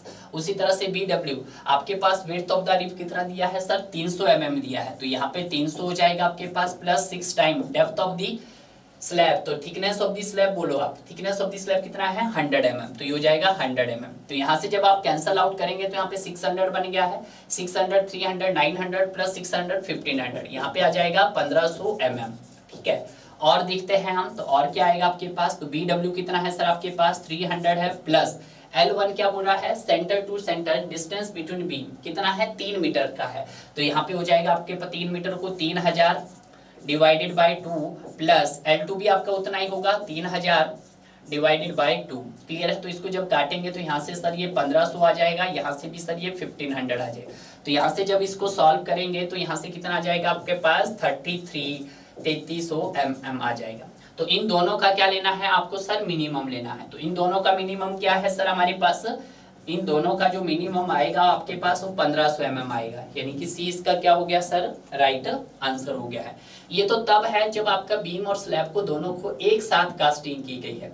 बट जब आपका टी बीम हो, यानी कि सिंपल आइसोलेटेड की बात कर रहा हूं, इन case of isolated T beam, ठीक है। तो उस कंडीशन में देखिएगा कि जो हमारे पास BF हो जाएगा वो क्या हो जाएगा sir, L not divided by L not by B plus 4, कुछ इसी तरह से हो जाएगा आपके पास प्लस BW क्या आपके पास, BW है sir width of the rib है, जो क्या होना चाहिए आपके पास, लेस देन होना चाहिए आपका इक्वल टू एक्चुअल विड्थ के। क्लियर है? तो ये भी आप यहाँ पर इजिली देख सकते हैं स्टूडेंट। क्लियर है? तो आइए बात करते हैं अपने 2 मार्क्स क्वेश्चंस की। 2 मार्क्स का ये रहा पहला क्वेश्चंस आपकी स्क्रीन पर जो कॉमन डाटा बेस्ड क्वेश्चंस है। ये टोटली आपके पास कितने मार्क्स के लिए पूछा गया था सर? 4 मार्क्स के लिए पूछा गया था। क्वेश्चंस क्या बोल रहा है कि एक रेक्टेंगुलर आरसी बीम है, तो आप साथ साथ क्या बनाते रहिए सर? डायग्राम। कि सर हमारे पास रेक्टेंगुलर आरसी बीम है जिसका हमारे पास क्या दे दिया है सर? विड्थ भी दे दिया गया है और हमारे पास सर डेप्थ भी दे दिया गया है। तो यहाँ पे इसको मैं बात साथ साथ लिख रहा हूँ। विड्थ कितना दिया है सर इसका और डेप्थ कितना दिया है। डेप्थ कौन सी डेप्थ की बात कर रहा हूं सर? आपके इफेक्टिव डेप्थ की बात कर रहा है। तो यहाँ पे जो इसका इफेक्टिव डेप्थ हो गया है वो आपके पास कितना हो गया है स्टूडेंट? 400 हो गया है, 400 mm हो गया है। और अगर मैं बात करता हूँ इसकी विड्थ की, तो इसकी विड्थ कितनी होगी आपके पास? 250 mm होगी है। क्लियर है? आगे क्या बोल रहा है? Analyse based on the modified maximum strain in concrete as 0.003। देखिएगा आज जो आपके पास मैक्सिमम स्ट्रेन दे दिया गया है मॉडिफाइड करके वो कितना दे दिया है? 0.003 दे दिया गया है। बट जो आपके पास आउटर मोस्ट फाइबर पे जो मैक्सिमम स्ट्रेन होता था वो कितना होता था सर? 0.0035 होता था। तो आज कितना है सर आपके पास? 0.003 दे दिया गया है। तो जब मैं इसका क्या करूंगा? एनालिसिस करूंगा। तो एनालिसिस कैसे बनेगा सर इसका? स्ट्रेस स्ट्रेन डायग्राम सर वो लीनियर बनेगा। क्लियर है? तो देखिएगा साथ साथ हम यहाँ पे इसकी एनालिसिस करेंगे ताकि आपका कंसेप्ट स्ट्रांग हो जाए। ठीक है? ये सपोज कर जो कुछ यहाँ पर आपकी टेंशन साइड में हमने क्या प्रोवाइड किया है? इसकी रेनफोर्समेंट प्रोवाइड की है। ठीक है? तो यहाँ पे ये हो गया इसका टेंशन साइड और ये होगा आपका कंप्रेशन साइड एक। ठीक है? तो मैक्सिमम स्ट्रेन कितना दे दिया है आज आपके पास सर? इसने मॉडिफाइड करके 0.003 दे दिया है। वैसे होता कितना है? 0.0035 होता है। क्लियर है? तो अगर मैं बात करता हूं इस डिस्टेंस की, तो इस डिस्टेंस को क्या लिख सकता हूं मैं सर? एक्सयू मैक्स भी लिख सकता हूं और एक्सयू लिमिट भी लिख सकता हूं। बट जो रिमेनिंग डिस्टेंस रह जाएगा वो आपका वो क्या रह जाएगा सर? डी माइनस एक्सयू लिमिट रह जाएगा। और जो यहाँ पर आपका जो टेंशन दिया गया है, स्ट्रेन इन स्टील दिया गया है। स्टील में जो आपका स्ट्रेन दिया कितना दिया है? Fy divide by 1.15 Fs plus 0.0025 दे दिया है। बट जब यहाँ पे हम स्ट्रेन की बात करते थे तो कितना करते थे सर? 0.002 करते थे। बट आज कितना है? 0.0025 है। क्लियर है? कुछ इसी तरह से है plus Fy divided by 1.15 ES। Clear है? कुछ इसी तरह से है। ES है यहाँ पर आपके पास, this is the ES। Clear है? ये है। तो 0.0025 को क्या किया गया है? रिप्लेस किया गया है किसकी जगह सर? 0.002 की जगह। ठीक है? तो ये आपको अब क्या करना है? एनालिसिस करना है। तो आप क्या लगा सकते हैं यहाँ पर? सिमिलरिटीज लॉ लगा सकते हैं। बट आगे भी देखिएगा the reinforce with 3 bar 16 mm। यहाँ पे कितनी बार से है तक? 3। तो हमने यहाँ पे कितनी प्रोवाइड कर दी थी आपको? सॉरी 4। तो यहाँ पे 3 बार है, तो इन 3 बार को कुछ इस तरह से हम यहाँ पे दिखा देते हैं। ठीक है? 3 बार है आपके पास 16 mm की है। क्लियर है? आगे क्या बोल रहा है? With effective cover of 30 mm। और जिसका जो इफेक्टिव कवर दे दिया गया वो आपके पास कितना दे दिया है सर? वो 30 mm दे दिया है। वैसे काम का नहीं है बट कोई बात नहीं, आप नोट कर दीजिएगा, जिसको मैं D डैश बोल रहा हूँ। क्लियर है? The material used are M20। Grade of concrete दे दिया है यहाँ पर आपके पास M20। और उसी तरह से ग्रेड ऑफ स्टील दे दिया है यहाँ पर आपके पास Fe415 दे दिया है। क्लियर है? कुछ यही बोल रहा है। आगे क्या बोल रहा है? The balance neutral axis. तो आपको क्या निकालना है? Balance neutral axis. तो बैलेंस किसके रिस्पेक्ट में बात कर रहा हो? लिमिटिंग डेप्थ के रिस्पेक्ट में बात कर रहा है। जब लिमिटिंग डेप्थ के रिस्पेक्ट में बात कर रहा है तो हमें यहाँ पे क्या फाइंड आउट करना है? एक्सयू लिमिट फाइंड आउट करना। कब? जब आउटर मोस्ट फाइबर पे जो आपका मैक्सिमम स्ट्रेन है वो कितना है सर? 0.003 है। और आपका स्ट्रेन इन स्टील कितना है sir? 0.0025 plus Fy divide by 1.15 into ES है। क्लियर है? बट प्रीवियस में आपने देखा था जो आपका कोडल के आधार पे था, यहाँ पे कितना था सर? 0.0035 था। और यहाँ पे कितना था सर आपके पास? यहाँ पे सर 0.002 था। क्लियर है? तो उस कंडीशंस में आप देखिएगा by using the similarities law, by using the similarities law. ठीक है? जब आप यहाँ पे सिमिलरिटीज लॉ लगाएंगे तो देखिएगा किस तरह की कंडीशंस आपके पास बनेंगी। यहाँ पर सिंपल कंडीशंस बन जाएगी। ठीक है? तो यहाँ पे हो जाएगा आपके पास बेस कितना है? 0.003 इंटू परपेंडिकुलर डिस्टेंस। तो हो जाएगा 0.003 डिवाइडेड बाय XU लिमिट बन जाएगा। क्लियर है?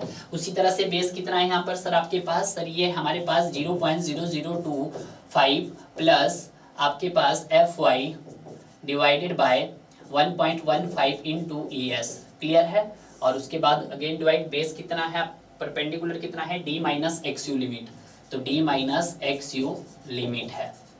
क्लियर है। तो यहां से आप क्या फाइंड आउट कर सकते हैं sir, X U limit easily find out कर सकते हैं। क्लियर है। क्योंकि यहाँ पर आपके पास ग्रेड भी दे दिया है, सारी कंडीशन से आपके पास फुलफिल हो जाएगी, तो यहाँ से आप एक्स यू लिमिट निकाल सकते हैं सर। Yes sir. तो इसको मैं अगर कैलकुलेट करना चाहूँ तो D minus X U limit कर सकता हूँ बाय आपके पास एक्स यू लिमिट। कुछ इसी तरह से कंडीशंस बन जाएगी मेरे पास। Yes sir. और यहाँ पे आ जाएगा 0.0025 plus F Y divided by 1.15 E S. Clear है। कुछ इसी तरह से बनेगा डिवाइडेड बाय क्या रहेगा आपके पास, ये नीचे आ जाएगा, तो दैट इज 0.003। तो यहाँ से आप क्या फाइंड आउट कर सकते हैं, x U limit find out कर सकते हैं। तो इस क्वेश्चन के अकॉर्डिंग अगर मैं एक्स यू लिमिट कैलकुलेट करना चाहूँ तो कैलकुलेट कीजिएगा, तो कितना आया सर आपके पास, तो ये अप्रॉक्स आएगा आपके पास 164 के आसपास आएगा। किसके पास आएगा, 164 के आसपास आएगा।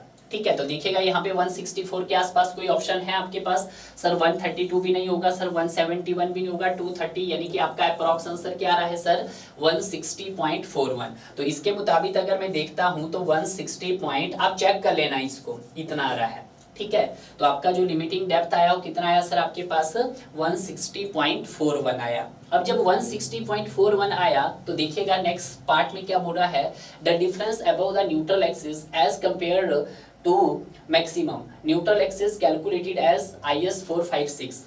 ठीक है, IS है भाई यहाँ पर। अगर हम बात करते हैं किसकी, according to as per IS 456 2000 के मुताबिक अगर हम क्या देखते हैं, अपना न्यूट्रल एक्सिस कैलकुलेट करते हैं।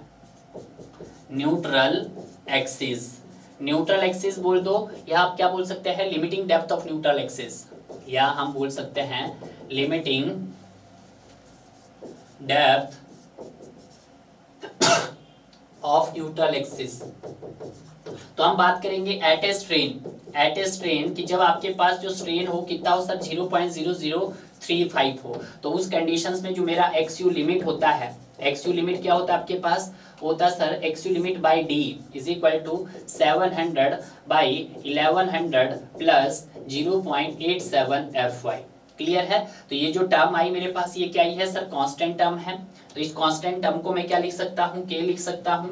तो यहाँ से जो कंडीशंस बन जाएगी मेरे पास, वो एक्स यू लिमिट बाय के डी बन जाएगी। ठीक है। अब यहाँ पे जो आपके पास ये एक्स यू लिमिट है किस पे डिपेंड करता है सर, आपके ग्रेड ऑफ कंक्रीट पे डिपेंड करता है। ठीक है, क्योंकि ये के की वैल्यू इस पे बेस्ड है। जब हम के की वैल्यू दिखेगा यहाँ पर, एफ वाई की वैल्यू अगर 250 पुट करेंगे तो यहाँ पे आ जाएगी सर 0.53 डी। ये कब है सर, जब हमने एफ ही 250 के लिए, और 0.48 कब आएगा सर, जब हमने एफ ही 415 यूज किया, और सर 0.46 कब आएगा, जब सर हमने एफ ही 500 किया है। ठीक है, यानी कि मैंने तो इसको रिलेशन के साथ बता दिया आपको, बट इस क्वेश्चंस में देखिएगा अगर हम इसकी ही बात करते हैं जो कोड ने आपकी कही है, तो इसके मुताबिक क्या बनेगा आपका एक्स यू लिमिट। तो एक्स यू लिमिट जो यहाँ पे बन जाएगा सर, वो 0.48 डी बन जाएगा, क्योंकि यहाँ पर ग्रेड कितना दिया है सर आपके पास, एफ ही 415 दिया गया है। क्लियर है। जब एफ ही 415 दिया गया है तो यहाँ पे देखिएगा 0.48 डी कितना है सर हमारे पास, यहाँ पर डी दे दिया है सर 400 mm, तो यहाँ पर आप 400 कीजिएगा, दैट इज 4। तो यहाँ पर आपके पास कितना आ जाएगा, 192, कितना आ जाएगा, 192 mm आया। क्लियर है। ये तो आया कब, जब आपका स्ट्रेन कितना था, ये था। बट इसका एक और भी बन सकता है, हालांकि क्वेश्चंस पूछ सकता है कि जब हमारे पास एट ए स्ट्रेन कितना हो, एट ए स्ट्रेन 0.0025 हो, तो उस कंडीशन में मेरा जो एक्स यू लिमिट बाय जो डी बनेगा वो कितना बनेगा सर आपके पास, 500 divided by 900 plus 0.87 F Y बनेगा। क्लियर है। कब, जब आपका स्ट्रेन ये है, तब आपको ये रिलेशंस याद रखना है। तो इस कंडीशंस में भी जो मेरा एक्स यू लिमिट बन जाएगा, एक्स यू लिमिट वो क्या बनेगा आपके पास, के डी बनेगा। तो आज जो के होगा वो इसके रिस्पेक्ट में कैलकुलेट करना है आपको। कब, जब आपका स्ट्रेन 0.0025 हो, और जब स्ट्रेन आपका ये हो तो आपने ये कैलकुलेट करना। हालांकि ये पूछा नहीं है, बट मैंने आपको बता दिया है। क्लियर है? तो आपने बताना है कि अकॉर्डिंग टू कोडल प्रोविजन और अकॉर्डिंग टू दिस क्वेश्चंस में कितना डिफरेंस आ रहा है। तो इसमें कितना आ रहा था 160.41 और यहाँ पे कितना आ रहा था 192। तो यहाँ पे जो आपका डिफरेंस आ रहा है एनालिसिस का कितना था सर आपका, यहाँ पे कोड के मुताबिक कितना आ रहा था सर 192, वहाँ पे कितना था 160.41। तो देखिएगा यहाँ पर सॉल्व कीजिएगा 192 माइनस 160.41, तो यहाँ से कितना आया सर 31.59 mm आ गया है। तो यहाँ से आपका आंसर क्या आ गया है स्टूडेंट, सी इसका राइट आंसर हो गया है। क्लियर है? बहुत इजी है, टाइम कम लग रहा है, हालांकि थोड़ा कैलकुलेशंस करना पड़ेगा आपको। अब जो गेट में कैलकुलेशंस करना पड़ेगा तो वहाँ कैलकुलेटर अलाउड है। क्लियर है? नेक्स्ट देखते हैं। तो आइए अब बात करते हैं हम अपने नेक्स्ट क्वेश्चंस की। नेक्स्ट क्वेश्चंस क्या बोल रहा है कि एक रेक्टेंगुलर आरसी बीम ऑफ जिसका विड्थ दे दिया गया है और आपके पास इफेक्टिव डेप्थ दे दिया गया है। तो अगर मैं विड्थ की बात करता हूं तो सर कितनी दे दी है हमारे पास 300 mm दे दिए गए हैं और इफेक्टिव डेप्थ आपके पास 462 mm दे दिया गया है। Is subjected to ultimate value of shear force. Ultimate value of shear force VU आपके पास कितना दिया है सर 32.82 किलो न्यूटन। तो 32.82 किलो न्यूटन दे दिया गया है और साथ में आपको बेंडिंग मोमेंट दे दिया है। बेंडिंग मोमेंट को मैं सर MU बोलूंगा, तो MU कितना है सर मेरे पास 27.35 किलो न्यूटन दे दिया गया है और साथ में आपके पास यहाँ पे टॉर्जन भी दे दिया गया है। तो टॉर्जन को मैं TU लिखता हूँ और TU कितना दिया है सर आपके पास 12.2 किलो न्यूटन मीटर दे दिया गया है। आगे क्या बोला है the shear strength of the concrete, tau C की वैल्यू भी उसने दे दी है, दैट इज 0.383 मेगा पास्कल बोले तो न्यूटन पर mm स्क्वायर। आपको क्या निकालना है, डिजाइन शेयर फोर्स निकालना है। तो यहाँ पे डिजाइन शेयर फोर्स बोलो या इक्विवेलेंट शेयर फोर्स बोलो। क्लियर है? तो यहाँ पे नेक्स्ट हम करेंगे कि to calculate the equivalent shear force,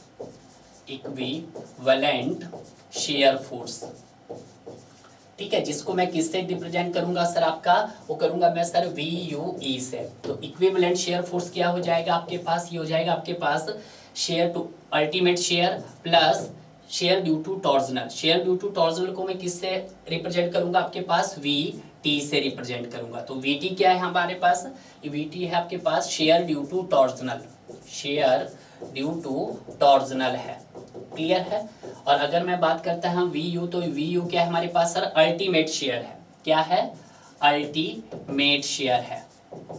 ठीक है? और अगर मैं बात करता हूँ शेयर ड्यू टू टॉर्जनल की अकॉर्डिंग टू कोडल प्रोविजन, तो ये क्या रहेगा सर हमारे पास, बहुत ही सिंपल है, ये देखना यही इंपॉर्टेंट है। तो 1.6 टाइम्स TU डिवाइडेड बाय क्या रहेगा आपके पास, B रहेगा। क्लियर है? VT आ गया।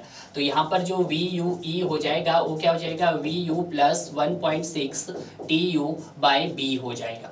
क्लियर है? तो पुट करते हैं, अल्टीमेट शेयर आपके पास कितना दिया है सर 32.82 किलो न्यूटन दे दिया है प्लस 1.6 TU, टॉर्जनल कितना दिया है सर 12.2 दे दिया है डिवाइडेड बाय B। अब देखिएगा विड्थ कितना है आपका mm में है, बट जब हम यहाँ पे बात करेंगे शेयर फोर्स तो किस में आएगा, किलो न्यूटन में। तो अगर हम देखेंगे यहाँ पर कि जो टॉर्जनल है वो किलो न्यूटन मीटर में है। क्लियर है? और मोमेंट भी आपका किलो न्यूटन मीटर में है। तो मुझे जो आपका विड्थ लेना पड़ेगा वो भी किस में लेना पड़ेगा सर, मीटर में लेना पड़ेगा। तो यहाँ पे जब मैं मीटर में लूंगा तो कितना आएगा 0.3 आएगा। ठीक है? तो यहाँ पे जो मेरा क्या आएगा सर इक्विवेलेंट शेयर फोर्स आ जाएगा, वो कितना आ जाएगा जरा कैलकुलेट कीजिएगा। तो यहाँ से आपके पास जो आंसर आएगा वो नियर अबाउट कितना आएगा सर 97.88 किलो न्यूटन आएगा। तो यहाँ पे जो राइट आंसर हो गया सर मेरे पास वो क्या हो जाएगा, बी इसका राइट आंसर हो जाएगा। क्लियर है? इस क्वेश्चंस में टाउ सी भी है बट टाउ सी यहाँ पे यूज नहीं किया जाएगा। टाउ सी कहाँ पे देखा जाएगा, जब आप इसका सेकंड पार्ट कवर करोगे। सेकंड पार्ट में क्या बोला है, design bending moment for the tension steel. अब आपको क्या निकालना है, design bending moment. Design bending moment मतलब इक्विवेलेंट मोमेंट कैलकुलेट करना है। तो यहाँ पे भी आप लिख सकते हैं टू कैलकुलेट दी या तो डिजाइन बेंडिंग मोमेंट बोल दो या इक्विवेलेंट बेंडिंग मोमेंट बोल दो, इक्विवेलेंट बेंडिंग मोमेंट। ठीक है? जिसको हम किससे रिप्रेजेंट करेंगे सर, उसको रिप्रेजेंट करेंगे हम MUE से। ये क्या होता है, ये होता है it is the sum of आपके पास ड्यू टू जो भी अल्टीमेट मूवमेंट आया होगा plus movement due to torsional, ठीक है, क्योंकि जो टॉर्जनल का इफेक्ट कंसीडर किया जाएगा वो आपका मूवमेंट के साथ भी किया जाएगा और शेयर के साथ भी किया जाएगा। क्लियर है। अब जब हम बात करते हैं यहाँ पे किसकी, मूवमेंट ड्यू टू टॉर्जनल, तो मूवमेंट ड्यू टू टॉर्जनल क्या रहेगा आपके पास, अकॉर्डिंग टू IS 456/2000 के मुताबिक ये क्या रहेगा, ये देखिएगा, तो ये रहेगा आपके पास MT is equal to 1.7 by आपके पास क्या हो जाएगा, सॉरी ये हो जाएगा TU by 1.7 1 plus D by B हो जाएगा। क्लियर है। कुछ इसी तरह से ये कैपिटल B भी हो सकता है, स्मॉल b भी हो सकता है, बात एक ही है। क्लियर है।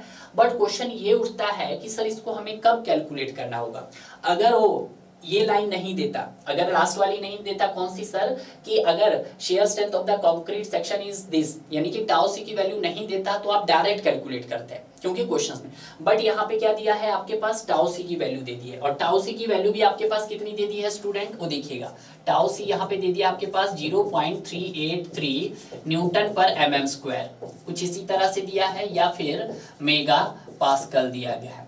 अगर यहाँ पर टाउ सी, ध्यान दीजिएगा, टाउ सी और एक होता है आपके पास इक्विवेलेंट शेयर, तो अगर पहले मैं क्या निकाल लेता हूं यहाँ पर सर, इक्विवेलेंट शेयर भी निकाल लेता हूं, इक्विवेलेंट शेयर टाउ VE, तो इक्विवेलेंट शेयर क्या होता है आपके पास, ये होता है सर इक्विवेलेंट VUE जो आपने निकाला है यहाँ पर, पहले सेक्शंस में आपने क्या किया था सर, इक्विवेलेंट शेयर निकाला था, ठीक है, इक्विवेलेंट शेयर बाई क्या करते थे सर आप, BD करते थे, ठीक है। तो यहाँ पर अगर हम देखेंगे तो आपका इक्विवेलेंट शेयर कितना आया था सर, इक्विवेलेंट शेयर आया था सर आपके पास यहाँ पर 97.88 किलो न्यूटन, तो आप यहाँ पे क्या करते थे सर, 97.88 किलो न्यूटन को मैं न्यूटन में बदलूं तो 10⁻³ कर दूं, यस सर। B कितना है आपके पास, 300 mm है, और D कितना है सर आपके पास, 462 mm है। क्लियर है। और ये किस में आ गया सर आपका, न्यूटन में आ गया है, ठीक है। तो देखिएगा यहाँ पर 97.88 multiply by 10⁻³ divided by 300 into 462, तो यहाँ पे कितना आ रहा है सर, 0.762 आ रहा है, 0.762 न्यूटन पर mm स्क्वायर आ रहा है। तो यहाँ पे इन दोनों का क्या करते थे, कंपैरिजन करते थे। अगर हम कंपेयर करें किसका sir, tau C and tau VE का, तो अगर यहाँ पे क्या है सर, अगर टाउ सी क्या है, टाउ VE, और टाउ VE लेस देन है टाउ सी से, और अगर टाउ VE ग्रेटर देन है आपका टाउ सी से, तो यहाँ पे देखिएगा, यहाँ पे कंडीशंस क्या बन रही है, पहले तो आपको ये देखना है, अगर आपके पास क्या है, ग्रेटर वैल्यू बन रही है, यानी कि tau VE is greater than tau C, तो आपको क्या करना पड़ेगा, डिजाइन करना पड़ेगा अपना बेंडिंग मोमेंट, ठीक है, डिजाइन करना पड़ेगा अपना मूवमेंट को, ठीक है। बट अगर लेस देन होगा तो जो भी आपके पास मूवमेंट दिया होगा उसको एज इट इज लेना होगा, ठीक है। Given movement as it is, ठीक है, कि जो गिवन मूवमेंट होगा उसको आपको एज इट इज लेना पड़ेगा। जैसे देखिएगा, अगर आपके पास देखिएगा यहाँ पे कंडीशंस क्या है, जो टाउ सी है, टाउ सी की वैल्यू कितनी है सर, 0.383 है, और टाउ VE की वैल्यू कितनी है सर, 0.762 है, 762 ही आई ना भाई, एक बार मैं चेक करके बताता हूँ कितनी आई थी, 706 आई थी, कितनी आई थी, 706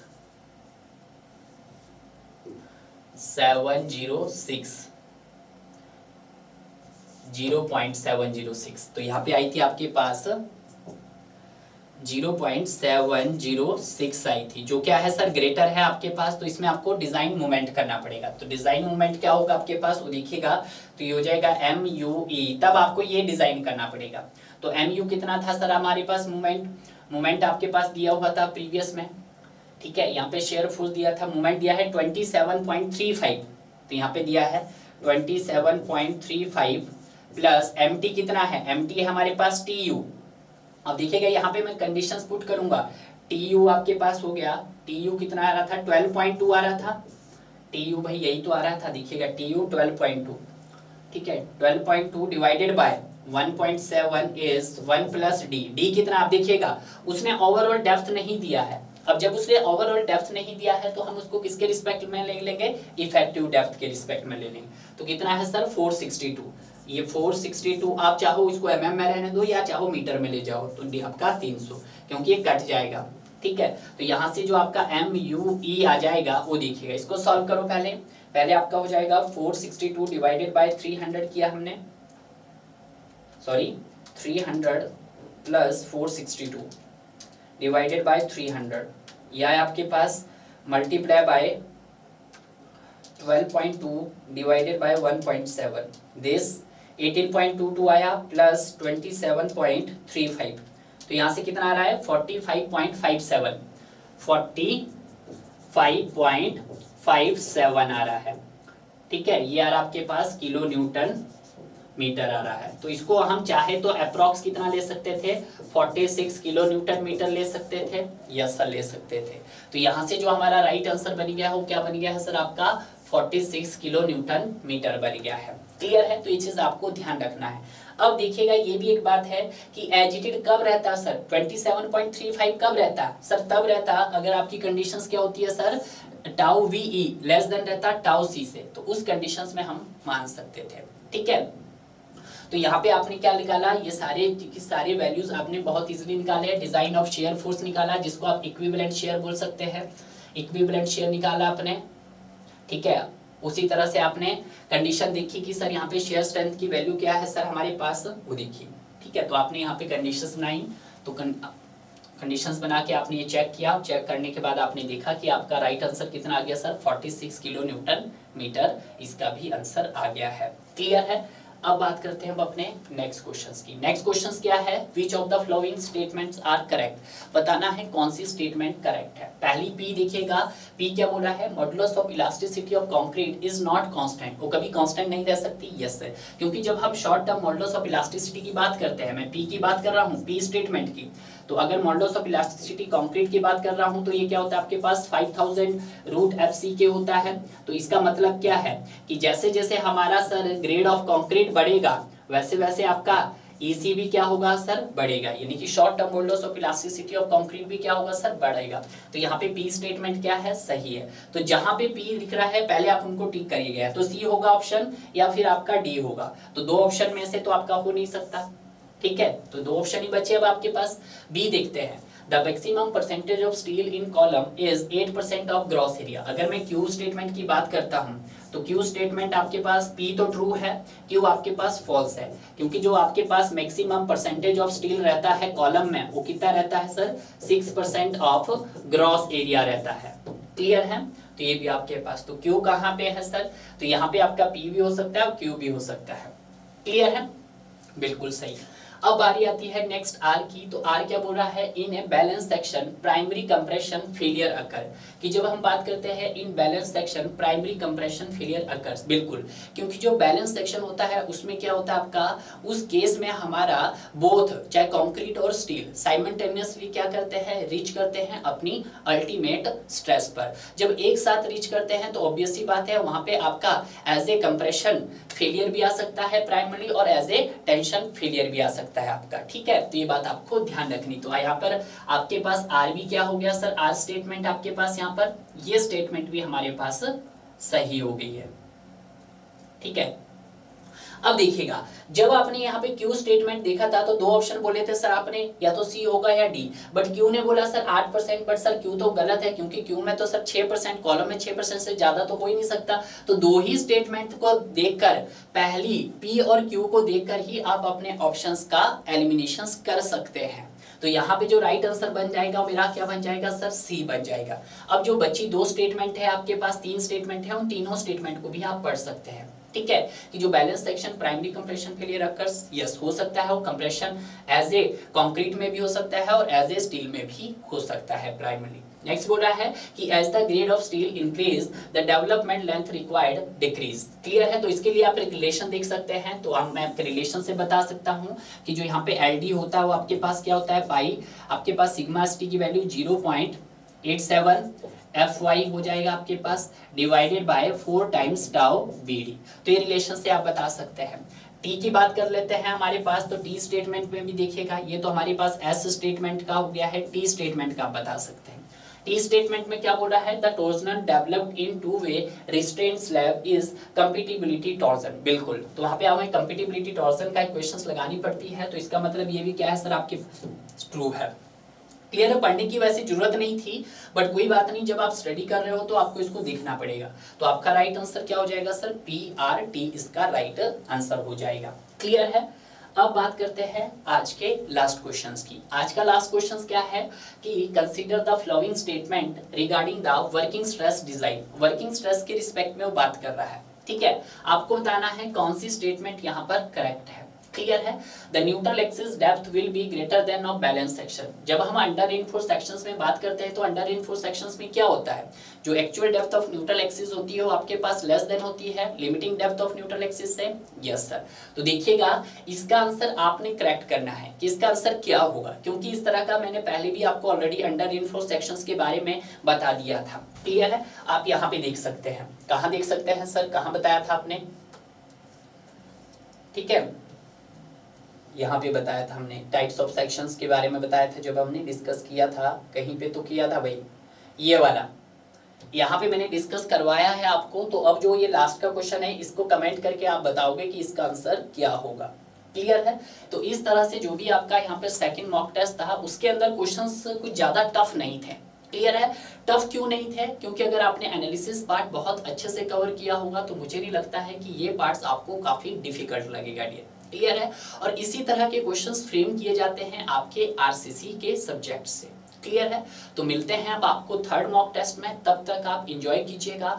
डेली यहाँ पर आपके यूट्यूब पर एसएससी जेई के पीवाईक्यू सॉल्यूशंस हम कवर करवा रहे हैं, जहां पे पर डे में आपको 3 सब्जेक्ट कवर करवाए जा रहे हैं। क्लियर है, आप उनका देख सकते हैं, और ये सीरीज आपकी तब तक चलेगी जब तक आपका एसएससी जेई का पेपर्स कंडक्ट नहीं होता। क्लियर है, तो आप भी ज्वाइन कीजिएगा। ऐसे स्टूडेंट जिन्होंने कभी कोचिंग नहीं ली गई है वो भी हमारे क्वेश्चंस के माध्यम से अपना जॉब सिक्योर कर सकते हैं डियर। तो आज ही ज्वाइन कीजिएगा हमारे चैनल्स को, और अगर आप चाहते हैं सर कि इसी तरह के मॉक टेस्ट आप हर वीक लाएं तो आप प्लीज़ नीचे मुझे कमेंट कीजिएगा।